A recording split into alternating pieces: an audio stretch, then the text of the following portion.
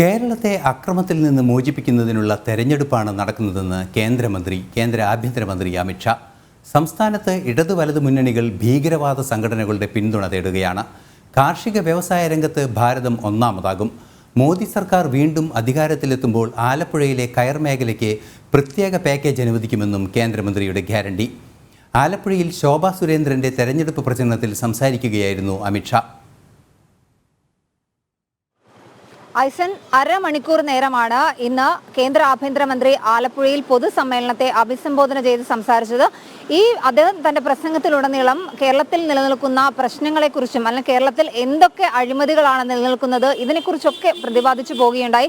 ഇതിൽ എടുത്തു പറയേണ്ടത് കരിവന്നൂർ സഹകരണ ബാങ്ക് തട്ടിപ്പും ഒപ്പം തന്നെ തോട്ടപ്പള്ളിയിലെ കരിമണൽ ഖനനവുമായി ബന്ധപ്പെട്ട കാര്യങ്ങളാണ്. തോട്ടപ്പള്ളിയിലെ കരിമണൽ കടത്തുമായി ബന്ധപ്പെട്ട് ഈ ഇരു മുന്നണികൾക്കും CPM-നും ഒപ്പം തന്നെ കോൺഗ്രസിനും എല്ലാ രീതിയിലുള്ള പങ്കുമുണ്ട്. ഈ രണ്ട് മുന്നണികളും കൂട്ടുനിന്നാണ് കരിമണൽ ഖനനം നടത്തുന്നത്. പക്ഷേ തീരദേശ മേഖലയിലെ പാവപ്പെട്ട ജനങ്ങളെ കബളിപ്പിക്കുന്ന സമീപനമാണ് ഇരു മുന്നണികളുടെയും ഭാഗത്തുനിന്നുണ്ടാകുന്നത്.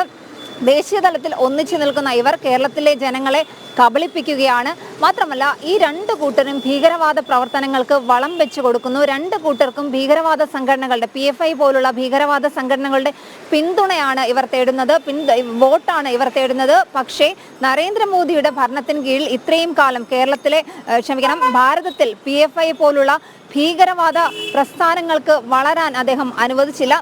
ഇനിയും മോദി തുടർ ഭരണത്തിലെത്തിയാൽ, മൂന്നാം തവണയും മോദി അധികാരത്തിൽ വരികയാണെങ്കിൽ PFI പോലുള്ള ഭീകരവാദ സംഘടനകൾ ഇന്ത്യയുടെ മണ്ണിൽ നിന്നും തുടച്ച് മാറ്റപ്പെടും എന്നും അമിത് ഷാ ഗ്യാരണ്ടി നൽകിയിട്ടുണ്ട്. എന്തായാലും PFI പോലുള്ള നിരോധിത സംഘടനകൾ ഇനിയും അതിന് വളരാനുള്ള ഒരു മണ്ണായി കേരളം അല്ലെങ്കിൽ ഭാരതം മാറാനുള്ള ഒരു സാഹചര്യം ഒരു തരത്തിലും ഉണ്ടാക്കരുത് എന്നാണ് അദ്ദേഹത്തിന്റെ പ്രസംഗത്തിലുടനീളം സൂചിപ്പിച്ചു പോകുന്നത്. ഇരു മുന്നണികളും UDF-ഉം ഒപ്പം തന്നെ കമ്മ്യൂണിസ്റ്റ് പാർട്ടിയും ഈ ഭീകരവാദ സംഘടനകൾക്ക് വളക്കൂറുള്ള മണ്ണാക്കി ഭാരതത്തെ മാറ്റാൻ ശ്രമിക്കുകയാണ്. ഇക്കാര്യങ്ങളൊക്കെ തന്നെ അദ്ദേഹം പരാമർശിക്കുകയുണ്ടായി.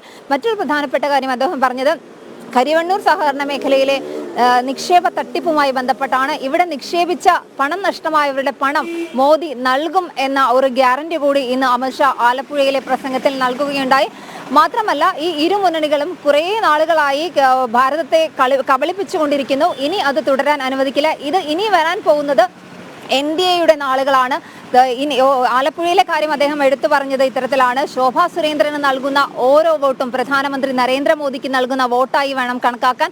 എല്ലായിടത്തും അങ്ങനെ തന്നെയാണ് പ്രധാനമന്ത്രിക്ക് വോട്ട് ലഭിക്കുന്നത്. എന്തായാലും ആലപ്പുഴയിൽ വന്ന് സംസാരിച്ച 30 മിനിറ്റ് സമയവും കേരളത്തിൽ നിലനിൽക്കുന്ന പ്രധാന പ്രശ്നങ്ങളെക്കുറിച്ചൊക്കെ തന്നെ അദ്ദേഹം പ്രതിപാദിച്ചു പോവുകയുണ്ടായി.